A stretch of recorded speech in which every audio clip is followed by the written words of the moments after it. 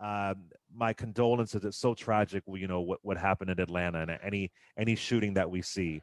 But the actor Daniel Day Kim, he spoke at the hearing, and he brought something up that kind of just made me pause, and I just wanted to put some context to it. And if I'm wrong, I would love for y'all to correct me. It says a lot about this person that when he says that he's trying to eliminate temptation from his life, instead of seeking help for himself, his way of eliminating temptation is to kill people, take a gun and shoot people.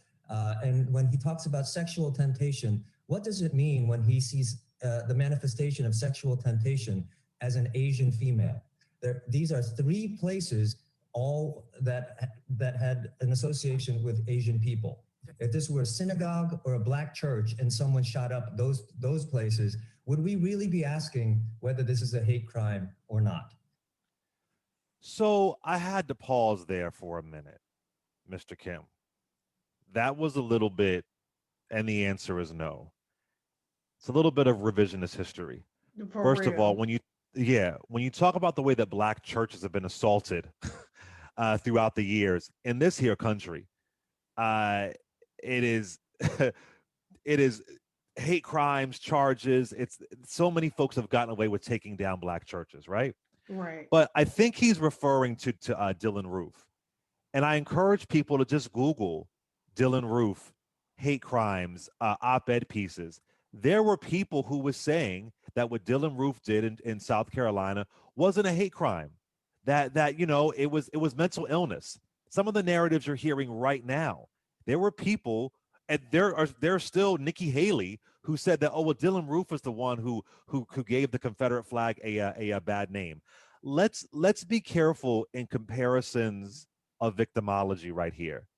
And let's be careful to say when something happens at a black church, we automatically go to hate crime. That is not true. That's Black churches absolutely have not had to, true. had to defend their right to pray, had to refuge against Jim Crow, against slavery, and even recently, you have black churches being burnt down over the past couple of years. So I Yeah. just want to say that I don't think he meant any harm, but I had to pause when I heard that because we've had black churches bombed and it wasn't considered a hate crime. We have attacks happening now. So, bruh, I didn't sit well in my spirit. And I want them to have a bit of a history of the black church. But if I'm wrong, correct me. Go ahead, Reese. No, that was completely inappropriate. Um, this whole notion, listen, I don't, like you said, when it comes to comparing, this struggle versus that struggle, I don't really like to get into that. Because it's counterproductive at the end of the day, Yes. right? Hmm. But I mean, does he even know about the Charleston Nine? Does he even know about Dylan Roof? Because you can't possibly know about that, and you can't possibly know about the They took him street. to Burger King. I'm sorry. Go Right. ahead. You can't know about the string of arson attacks that happened on black churches, and it barely even made a blip on the Yeah. radar. I mean, it was happening Yeah. for years, right? So this whole notion that, well, when it happens to black people, people call it hate crime. The hell they do. Look at the young gentleman. I don't know if you guys remember, but there was a young gentleman who was set to graduate from college in Maryland, and this white man murdered him in cold blood, and they did not want to call that a hate crime. And there was all this evidence about he had all these social media postings and this, that, and the other. Hmm. And so this whole notion that when a grievance is against a black person, it's called racism, when it is. Look at what's happening with Sharon Osbourne and Piers Morgan, all this other kind of stuff. We have Right. to constantly fight for racism and anti-blackness to be called what it is. So it's completely inappropriate.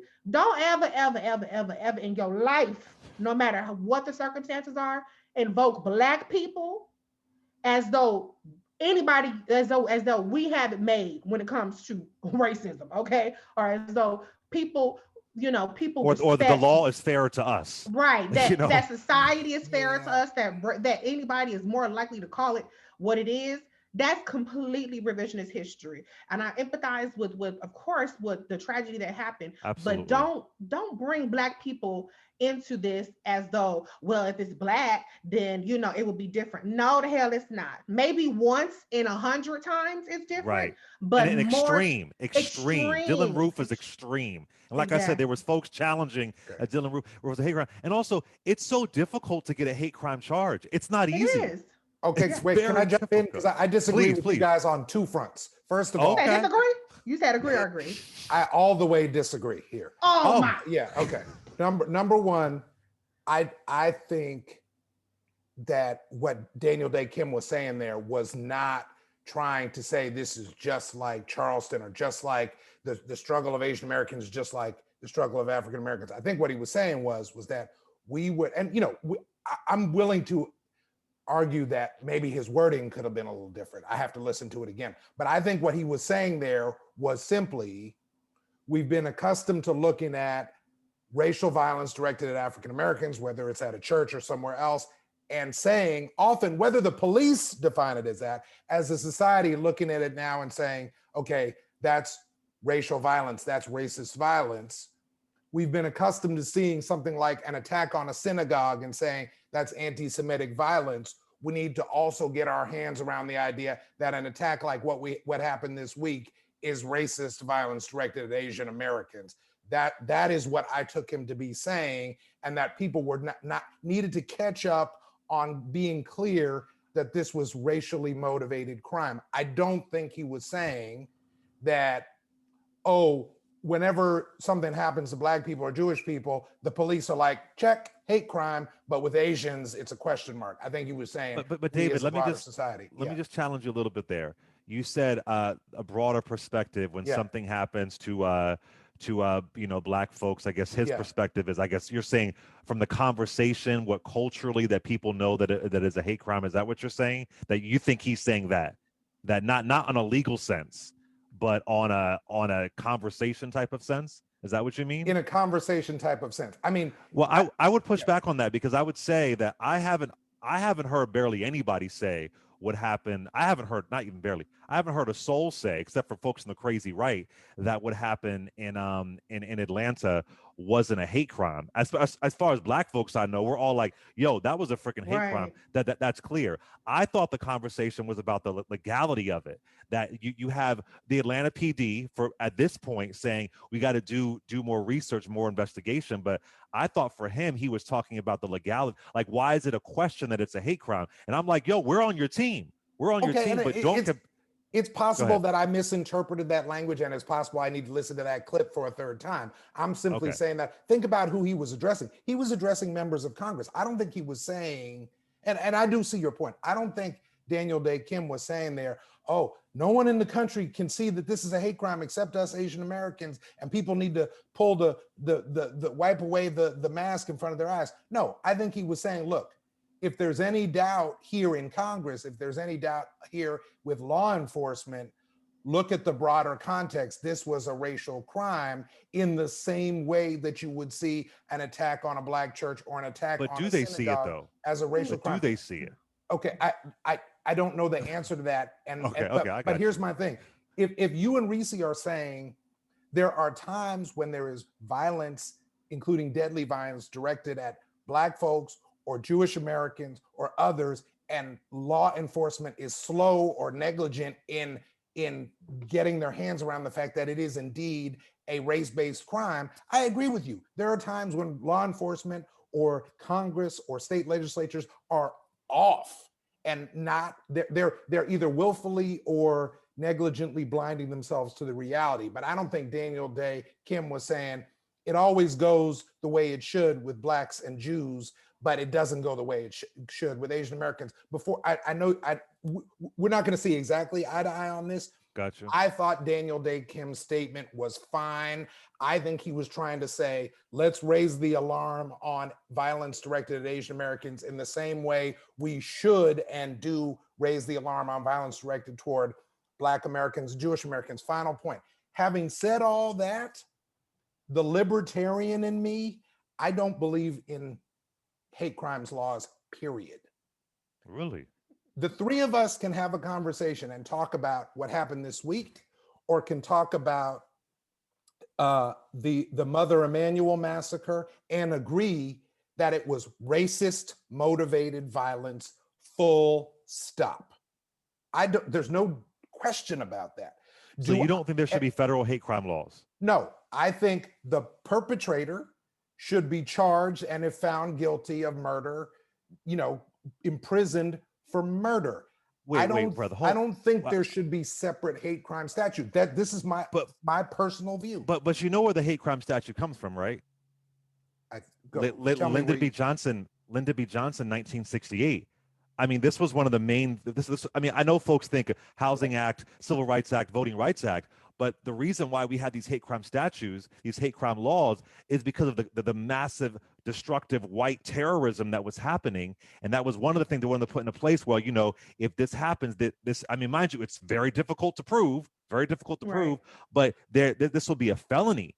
This will be a certain kind of penalty, and that happened with Lyndon B. Johnson in 1968. That was one of the platforms of the civil rights movement that folks kind of forget. So you don't think we need that? No. In other words, and I just quickly Googled it to make sure, because my memory was hazy.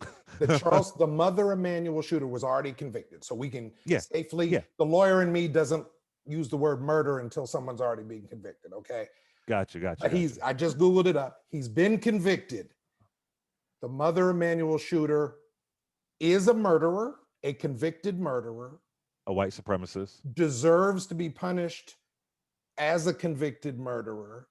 And we can agree here that crime, I don't think anybody can look at it and not say, based on what we know about it, that it was motivated by racial hate. I do not believe that in that case or any other case, you should have a separate statute, federal hate crime statute. I think it's a murder, and he got what his just due as a murderer. Whether or not we agree on what the motivation was. That's my opinion. I have the libertarian opinion on this. I hear you. I passionately disagree. The problem. Well, because there are hate crimes short of murder that deserve a special enhancement. I mean, the purpose behind hate crime is that it's a racial terrorist act. You know what I'm saying? Right, it's not just the physical result of it. It's the terrorist mindset behind it. But that's the thing. You're punishing the mindset. My belief is you punish the crime, even if you acknowledge the mindset. Wait, hold on one second. So you mean to tell me that if there were a hate crime, my hands are moving everywhere. if there were a hate crime law when Emmett Till was lynched, or forget Emmett Till, let's go to James Byrd, because the Hate Crime Prevention Act was kind of restored when James Byrd, the man that was in Texas, that I believe they dragged his body in the back behind of the truck. Right. Yeah. So you mean to tell me that because the hate crime will make could make the sentence harsher. You mean to tell me that you don't think that there should be a hate crime sentence against somebody who drags a black man behind a truck and tortures him, and that essentially being lynched? Yeah. Because the problem is that it's one thing to have a murder. You don't. Okay. No, I think, and forgive me, Clay Nation listeners, I remember the Byrd case. I don't remember all the specific facts or where he was convicted, but let's just talk. That case should be charged as either assault or attempted murder. He wasn't killed, right? Or was he killed? He was. I believe he was killed. Okay, so it should be charged as murder or attempted murder or whatever. Yeah, he was killed June of '98. I don't think there should be a separate hate crimes law. I will use a more recent case that we're all more recently familiar with the facts. The George Floyd case, the trial of the officer Derek Chauvin, right? I believe the appropriate charge, obviously hasn't been tried and convicted yet. The appropriate charge is first, second, or third degree murder. I have a feeling he will not be convicted on first degree murder, but I believe a murder charge is correct. I do not believe a separate hate crimes charge is correct, even though my own view is that when you watch that tape, racial hatred plays into it. But I want Reese to respond, but I just want to be clear. But what's the harm? What's the reason why you think that there should not be hate crime laws? What's the reason? I mean, I think about Matthew Shepard. He was Sure. so what's the reason why there shouldn't be a Okay. hate crime Did you law did according to you? you broke up on me for a second? Did you say Matthew Shepard? No, I'm thinking about so many people. Matthew Shepard was another person, Yeah. the young gay man who was Right. tortured in his In body, Wyoming, right? in Wyoming. Yes, Right. they created a hate crime. They enforced the hate crime statute for him. But what's your reason why there shouldn't be why if a crime is racialized or is about somebody's Yeah. orientation, why they shouldn't be punished for their racist terrorism? I think that what should be punished is the violence, the assault or the attempted murder or the manslaughter or whatever is charged. I think that when you have a separate hate crime, you're punishing the thought. I don't want to monopolize our whole discussion Okay. here today with this, but that is my view, which is the libertarian view That's a on this. libertarian.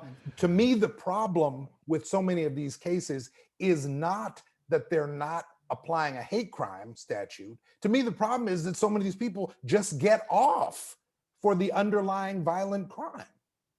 That's Reese, yeah. you want to close this out on that topic?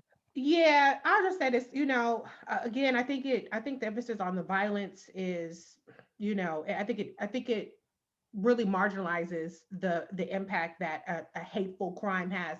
If somebody burns a cross on your lawn, it may be, what do you charge them with? Trespassing or a little misdemeanor, but the intent behind that goes far beyond just, oh, I want to burn some wood on your yard. But to wrap up what we were Because you're right, it's not always murder. You're right, it's not right, always and that's what I'm murder. saying. Like, Reese, so it's not just murder, and you cannot racially terrorize people. But to go back to what we were talking about with Daniel, all I want to say is this: keep Black people's names out your mouth, unless you're talking about solidarity, unless you're talking about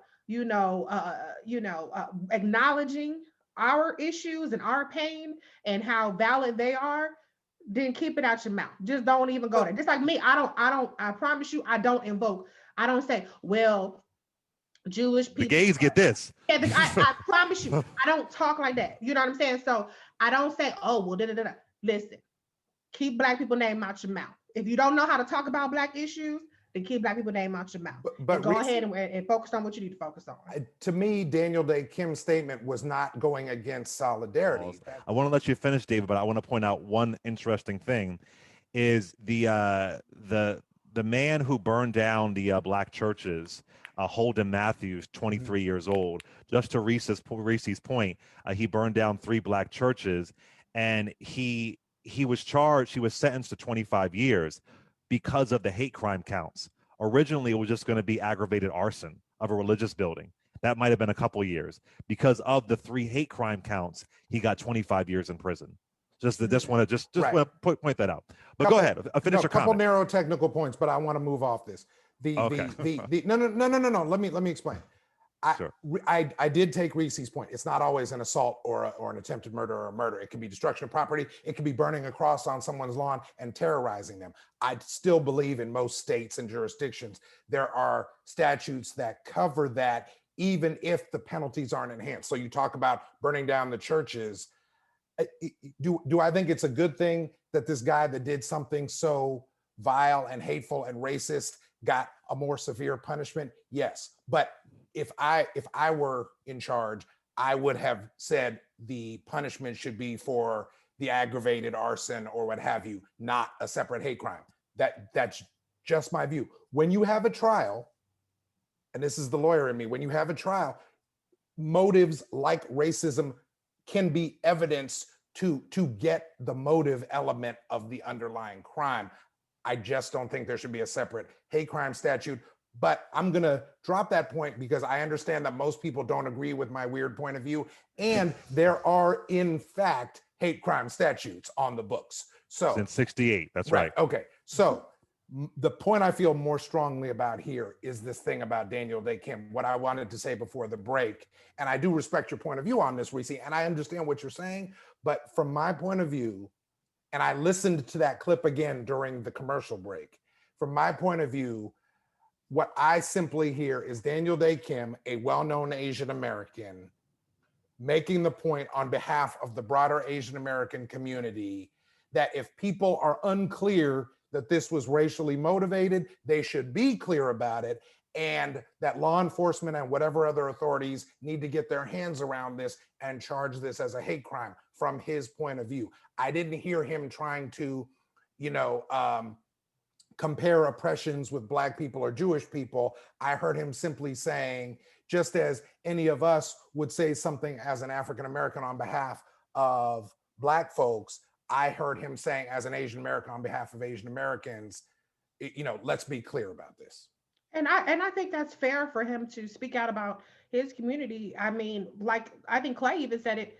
We all are speaking out about it. I've never heard the word racist so much in my entire life. Not even with all the stuff we saw last year with the racial reckoning. I still saw it more yesterday than I did. And that's not comparing oppression. That's just the fact of just the volume of like universally being recognized as what it is. But what I'm saying is, and it's not just for him, it's for anybody. You can tell when somebody is unaccustomed to talking about issues, Black issues. And so if that's not your lane, then you just best stay out of it completely. Just don't even bring it up, because then you open yourself up to saying something the way you ain't really supposed to say it. Now, you could be charitable and say, well, he was talking in this sense versus that sense or whatever else. But what I'm saying is just watch your mouth. Just don't even go there, because a lot of times people do tend to bring up, well, if it was a Black person, you would call it this, you would call it that. And that's not even the case, because we have our own struggles that we deal with on a perpetual basis, and we don't get a spade called a spade most of the time, 99% of the time, I would say. Okay, when I listened to the statement again during the break, I found nothing wrong with the statement. But David, you did say maybe he didn't say it as good as he I said. But then when I went back and listened to it again, you think it's good? You think it's perfectly good? I thought it was fine. I thought it was fine. He's Black people name. I don't think he was diminishing any hurdles in terms of getting things viewed or classified as hate crimes of Black Americans. No, I don't think he was. I don't think he was trying to. For me, what I saw, just my opinion, of course he wasn't trying to. Yeah, I think that it was I think it was a blind spot. I think that he thought that comparison might work. And I guess for me, what I'm saying is that it is so difficult to get hate crime charged. It is so difficult for people to even accept and experience is racism, right? So I don't think, that was just my opinion. And invoking the Black church, I just felt like it wasn't a great. You know, one thing for me, I try and never do comparisons to the Holocaust. Yes, that's just exactly. I try and keep it out my mouth. I'm not Jewish. I might reference dictators like a Hitler or an Idi Amin, but I really try to avoid any references to the Holocaust. That's just my lane. I'm not an expert on it. I don't know the details of it. That is a horrific moment in our world history, and I try I really try to avoid doing that.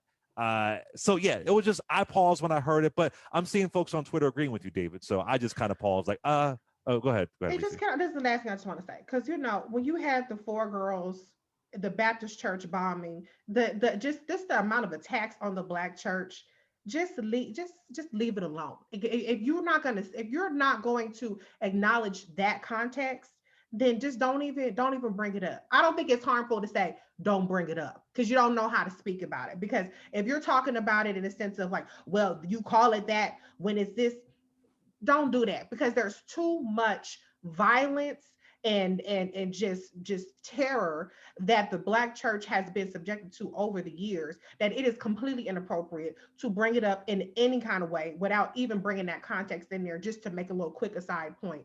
Just don't do it. Just don't do it.